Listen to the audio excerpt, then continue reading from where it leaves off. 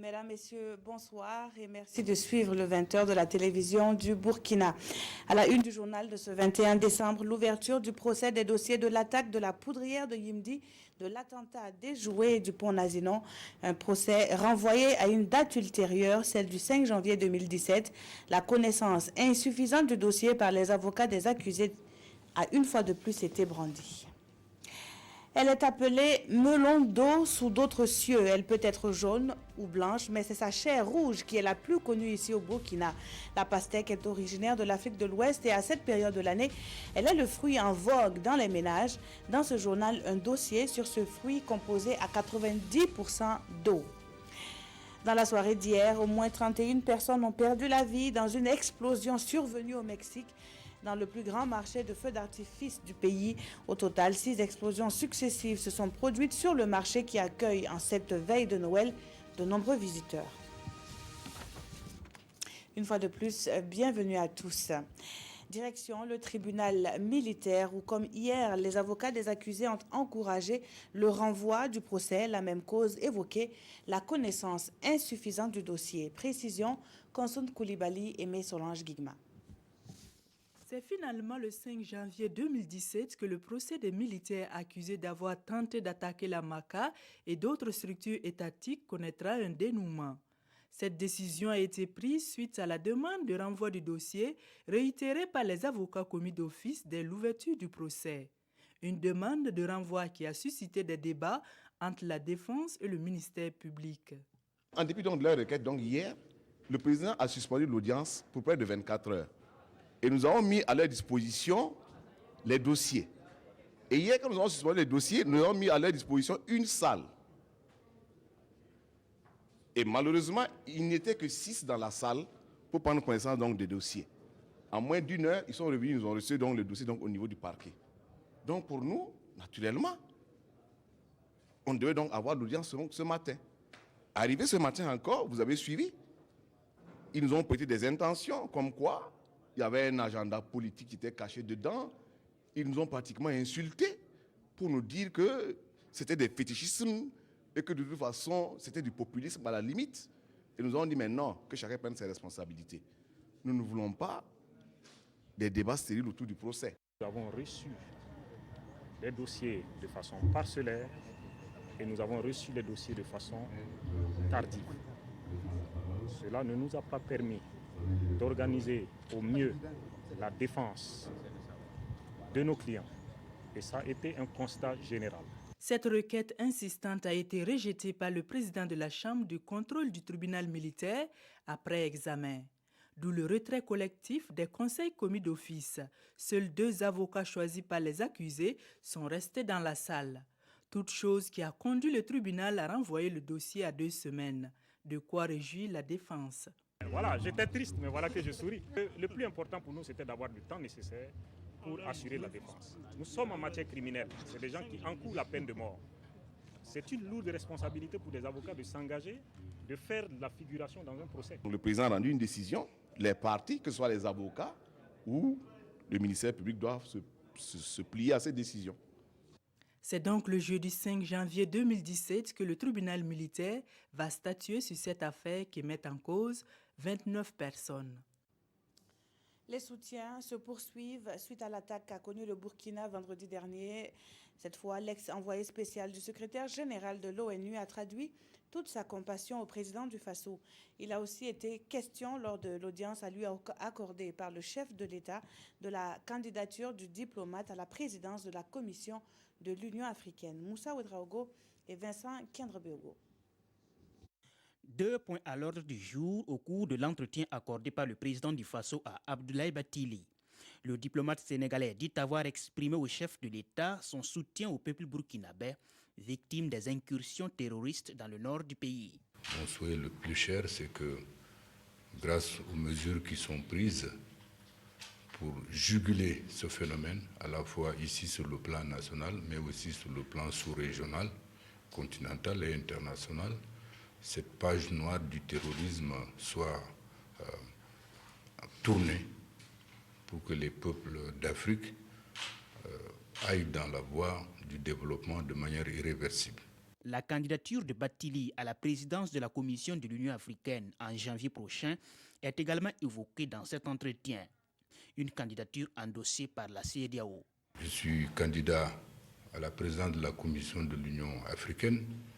Ce n'est pas une candidature de circonstance, c'est une candidature qui est en droite ligne de mon engagement de plusieurs décennies pour la cause des peuples d'Afrique, pour l'unité de l'Afrique, pour la libération de l'Afrique. Abdoulaye Bathily, envoyé spécial du secrétaire général des Nations Unies pour l'Afrique centrale jusqu'à octobre dernier, compte sur son expérience sur les questions africaines.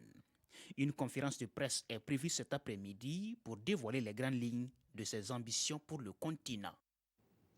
Et justement, concernant cette conférence de presse, le diplomate a effectivement dévoilé sa vision pour l'Afrique et le candidat à la présidence de l'Union africaine rêve d'une Afrique plus unie, dynamique et autonome. Le point toujours avec Vincent Kiendrobego. Il se dit motivé par son engagement à servir l'Afrique depuis des décennies. Et en briguant la présidence de la Commission, Abdoulaye Bathily rêve d'une Union africaine encore plus dynamique.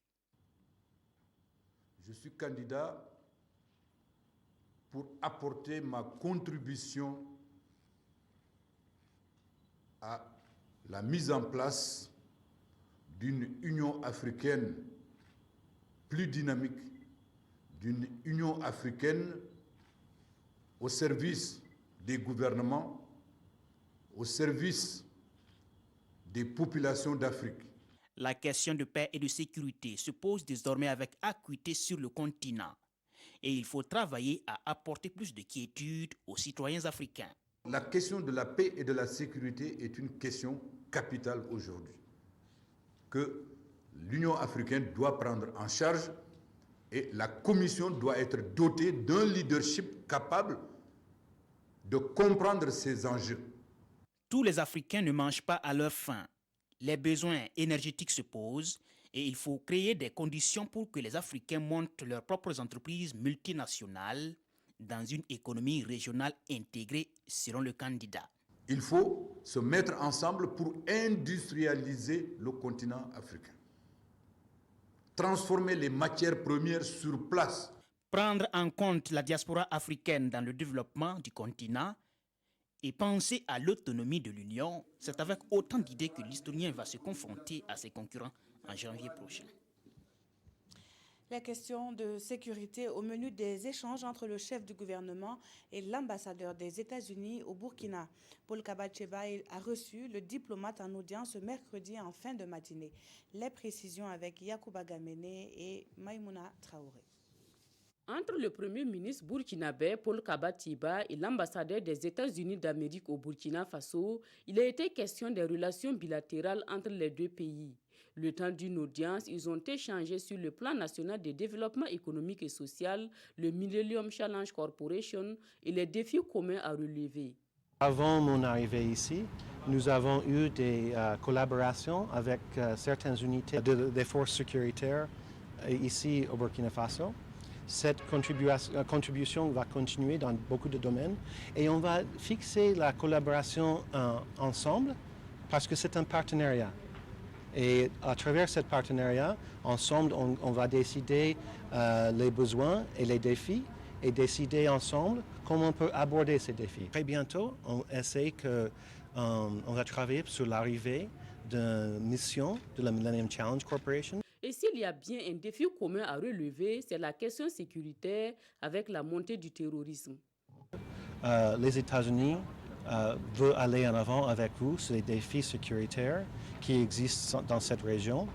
Et nous avons une étude approfondie des défis et nous voulons continuer à vous soutenir. L'ambassadeur des États-Unis déplore les attaques terroristes qu'a connues le Burkina Faso. Il a exprimé la solidarité du peuple américain avec les Burkinabés. 58 milliards de francs CFA bientôt injectés dans le secteur de l'énergie. Pour l'heure, la Banque mondiale et le ministère de l'économie l'ont formalisé à travers la signature d'un protocole d'accord de financement. Les précisions de Moussa Oudraogo et Pascal Canet. C'est une bouffée d'oxygène pour le domaine de l'énergie au Burkina Faso. La Banque mondiale estime que le développement se fera également à travers la disponibilité de l'énergie, d'où cet accompagnement budgétaire dans ce domaine.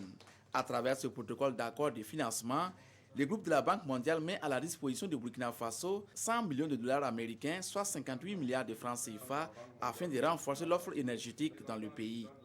Nous sommes convaincus que la réponse qu'il faut pour décourager ces personnes qui veulent se mettre entre nous et le développement, c'est de foncer davantage. C'est de montrer à tout le monde, au gouvernement, au peuple, aux investisseurs, que nous allons continuer à mettre les conditions nécessaires pour la transformation de l'économie burkinabé. Cette convention de financement composée de prêts et de dons de la Banque mondiale devrait permettre de renforcer la production d'énergie domestique, cela afin d'éviter les coupures générales que connaît souvent la ville de Ouagadougou en cas de perturbation du réseau interconnecté. Dès qu'on sent que le réseau est fébrile, on peut déjà élaguer quelques départs ou que, en tout cas, si la ligne avec Bobo n'existe plus, que le reste des groupes de la ville de Ouaga, ou en tout cas la capacité de production de la ville de Ouaga, puisse supporter le restant des lignes pour éviter qu'il y ait un déclenchement global de la ville.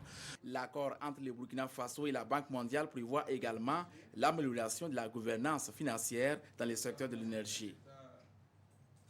Puis cette mise au point du directeur régional de la police dans les Hauts-Bassins, il juge infondées les informations selon lesquelles un élève aurait perdu la vie alors qu'il était en détention dans les locaux de la police.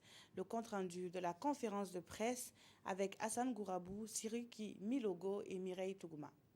Le commissaire divisionnaire de police Traoré face aux hommes et femmes de médias des Hauts-Bassins.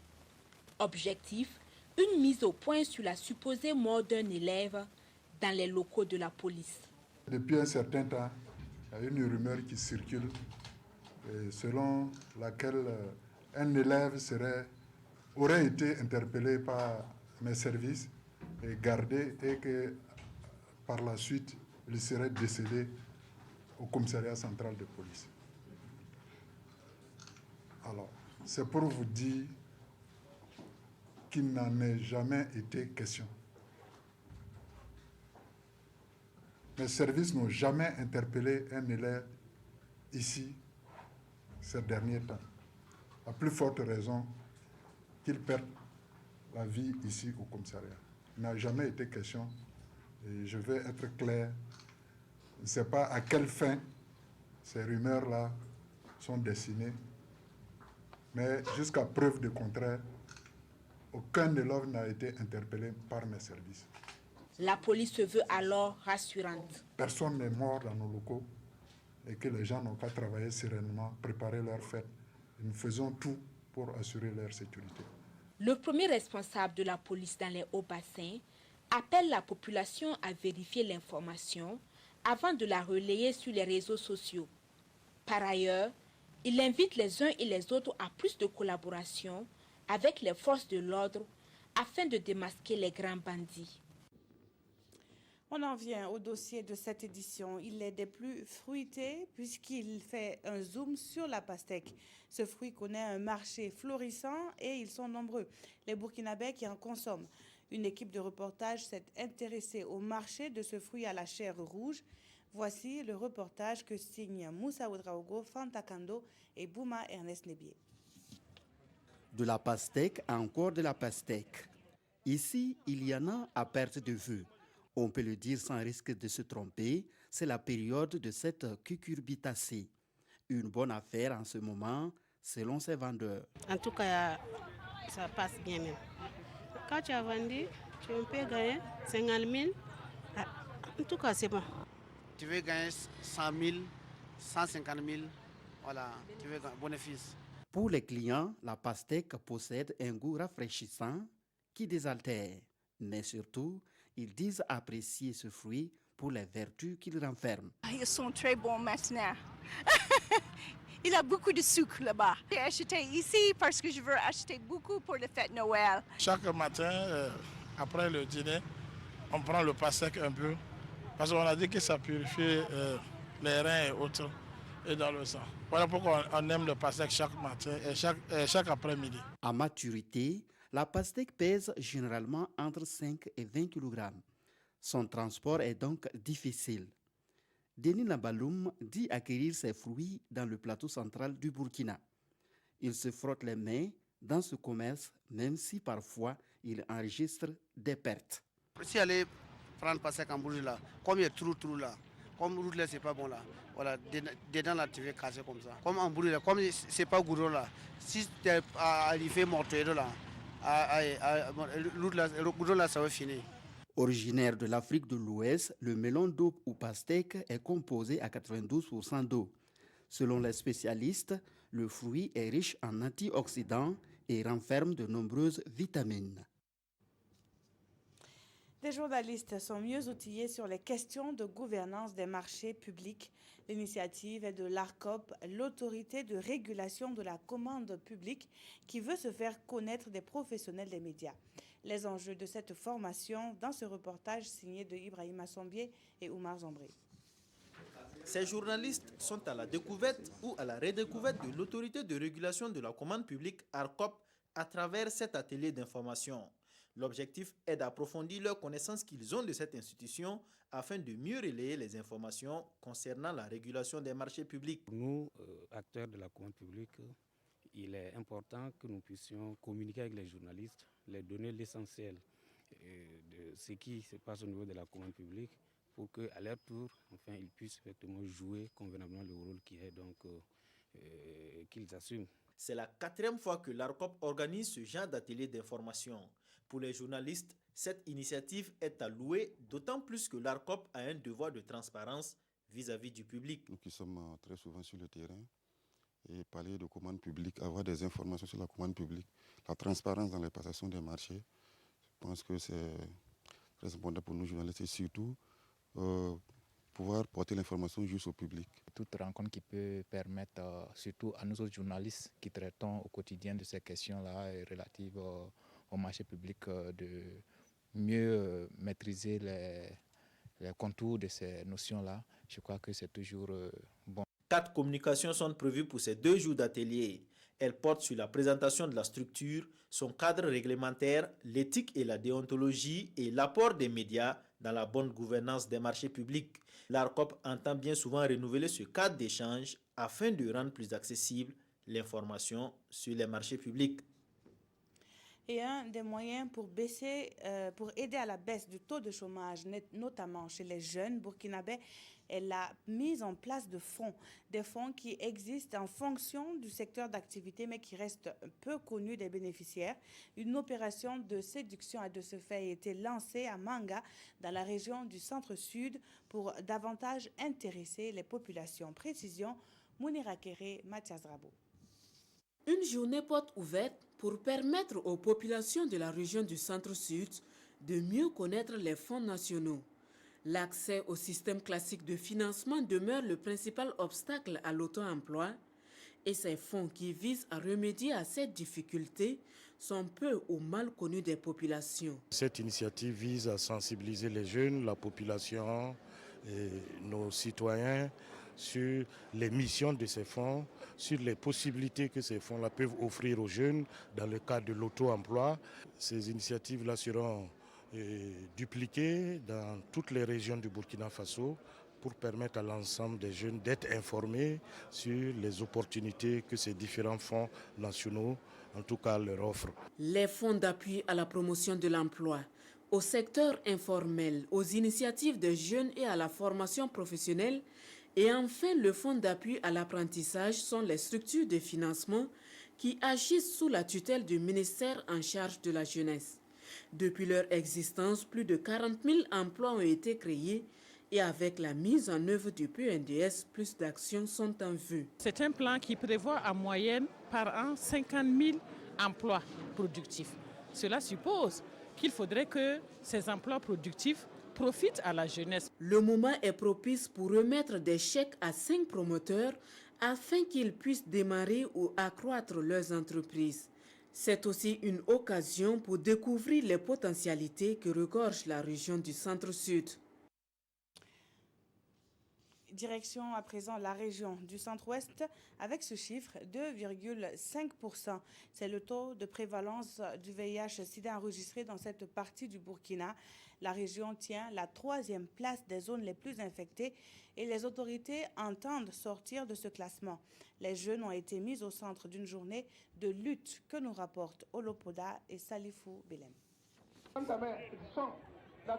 C'est le combat pour faire fléchir le taux de prévalence du VIH-Sida dans la région du centre-ouest qui guide les pas de ces marcheurs. Sur une prévalence nationale de 1,1%, la région du centre-ouest est à ce jour à un taux de prévalence de 2,5%. La région vient juste derrière le centre et les hauts bassins. À l'index, la présence de certains facteurs spécifiques de la région. Nous avons une prolifération des sites d'orpaillage et nous avons également un phénomène un peu traditionnel des cabarets dénommés ici cabaret Tango Tango où les gens boivent à longueur de journée et même tard dans la nuit. À ce combat, combien noble sont associées les personnes vivant avec le VIH? Notre souhait est qu'il y ait un appareil de charge virale au niveau du Burkina ici.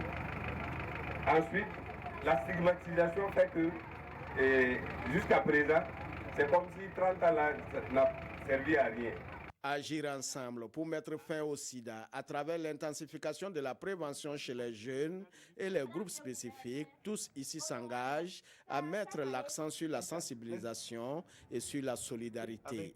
Objectif, atteindre 0 sida à l'horizon 2030. Tout ce qui est lutte pour le progrès social, nous sommes tenus d'être présents et d'accompagner les uns et les autres dans ce sens. C'est pour ça que nous sommes venus pour soutenir cette commémoration et montrer notre disponibilité à accompagner les acteurs sur le terrain dans la lutte contre le sida. Il faut qu'on sache qu'une seule flamme qui partirait du centre-ouest va embraser tout le Burkina Faso. Tous ceux qui enverront des messages SMS vers le centre-ouest ou du centre-ouest vers le Burkina Faso, il faudrait terminer vos messages en ces termes. KO au VIH. Pour joindre l'acte à la parole, une collecte de fonds sur place a permis de réunir 500 000 francs CFA au profit des personnes vivant avec le VIH. Le concours des pionniers de la lutte contre le VIH-Sida dans le centre-ouest a été salué par la remise des attestations. Quel avenir pour l'élevage en Afrique? Les acteurs de ce secteur sont venus de la sous-région ouest-africaine, mais aussi de l'Afrique du centre pour poser la réflexion sur les enjeux de l'élevage. La rencontre se tient dans la capitale burkinabé sous l'égide de l'Association pour la promotion de l'élevage au Sahel et en savane. Amadou Ilboudo, Maxime Zongo, reportage. L'élevage, activité fondamentale en Afrique de l'Ouest et du Centre, est confronté de nos jours à de nombreux défis. Instabilité des prix, augmentation de la pression foncière et bien d'autres. L'Association pour la promotion de l'élevage au Sahel et en savane, APS, qui accompagne depuis 2 décennies les éleveurs vers une transformation maîtrisée de la filière, a alors décidé de convier les principaux acteurs pour une réflexion approfondie sur l'avenir du secteur. Il y a des étapes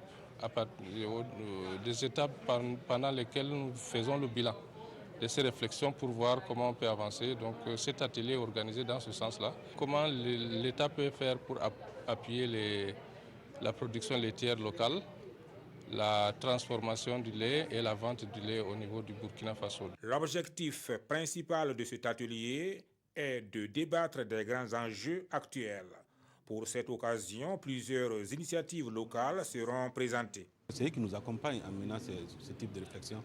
Nous sommes vraiment honorés d'être présents pour les écouter, pour être avec eux, afin qu'effectivement, tout ce qui va sortir comme décision, comme recommandation, comme idée novatrice, que nous puissions ensemble les mettre en œuvre pour le bonheur de notre secteur et pour le bonheur de nos populations. Le projet Gallo, gouvernance associative et leadership des organisations d'éleveurs, qui accompagne cette initiative, ambitionne ainsi de renforcer la restructuration et la mise en réseau des différents acteurs. C'est une première au Burkina, une foire dédiée à la valorisation des déchets miniers et plastiques. Au-delà de la préservation de l'environnement, c'est le génie de l'homme qui est prôné. La foire a été initiée par l'association professionnelle des entreprises de validation des déchets plastiques et ferrailles que nous découvrons avec Souleymane Sanou et Nathalie Sawadogo. C'est parti pour cette première édition de la foire des déchets miniers et plastiques lancée par l'association professionnelle des entreprises et valorisation des déchets plastiques et ferrailles. Une édition qui est placée sous le thème « Valorisation des déchets plastiques, défis et perspectives ». Pour les initiateurs, cet événement vise à encourager et à sensibiliser la population à la collecte et à la valorisation des déchets plastiques dans la ville. La foire répond à un double objectif qui est de vulgariser les produits issus de la valorisation, que des acteurs vraiment se battent nuit et jour pour rendre la ville propre et pour créer des opportunités d'emploi à la population, surtout la population la plus pauvre. C'est faire connaître aux autorités ces initiatives pour que ces personnes puissent avoir vraiment du soutien. Pour le représentant du ministre, c'est le lieu d'accompagner le mouvement de préservation de l'environnement. La prolifération des sachets plastiques et des déchets miniers constitue un véritable danger et pour les nations, notamment pour les villes comme le Burkina Faso, comme le Ouagadougou. Et avoir de telles initiatives, voir une jeunesse aussi organisée, des structures privées aussi organisées, et qui, avec pour objectif, lutter contre la prolifération des sachets plastiques, j'avoue que c'est vraiment à saluer. L'association professionnelle des entreprises et valorisation des déchets plastiques et ferrailles a été créée en 2014 et compte à ce jour 60 membres. L'association a pour objectif premier la lutte contre le chômage. Actualité internationale au Mexique, une explosion sur le plus grand marché du feu d'artifice a fait au moins 31 morts et 72 blessés hier mardi à Tultepec. Le drame s'est produit alors que de nombreux visiteurs arpentaient les allées de ce grand marché en cette période de fête de fin d'année. Les circonstances ne sont pas encore connues, mais d'ores et déjà une enquête judiciaire a été ouverte selon le gouvernement mexicain. Au Mexique, au moins 31 personnes sont mortes ce mardi dans l'explosion survenue sur ce marché de feux d'artifice. Il y a également plusieurs dizaines de blessés. Cela s'est passé en milieu d'après-midi sur ce marché situé à Tultepec, près de Mexico.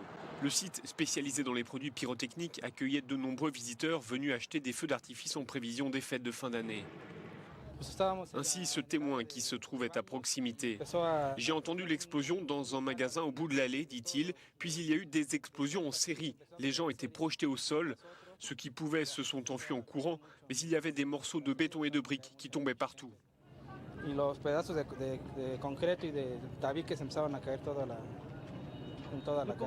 Le bilan pourrait encore s'alourdir. Plusieurs personnes sont toujours portées disparues. Les pompiers ont mis 3 heures pour maîtriser l'incendie.